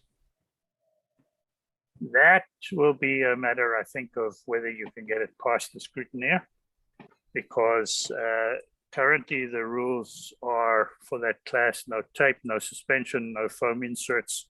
Okay. Yeah, he was pretty sticky on how you could limit the pod movement, and basically you couldn't. Yeah. Thanks, John. Yeah. Yeah, I was gonna say, I naturally assume that any rule set at least has somewhere the rule that says if it's not allowed, then it's not allowed, kind of. Don't assume that. I assume that there's nothing there that says there's nothing in the Electric Dreams rules right now that tells you what you can't do, or Well, Okay. I mean, it does every now and then say you can't do this and you can't do that. Can't put balsa wood in the chassis. So then that's opens for experimentation. Well, then? there's the ballast rules have been redefined quite a lot lately because of Ballast is balsa wood no- stiffeners that were being used. Balsa wood is no longer considered a stiffener. Well, it's no longer considered ballast. Yeah, I'm sorry, that's what I meant. Yeah, no longer considered ballast has to be lead, tungsten, or brass. All right. Well, that seems like a good enough place to end the recording, and I'm sure we'll talk about all kinds of other things after I hit the stop button, and we'll see everybody next week.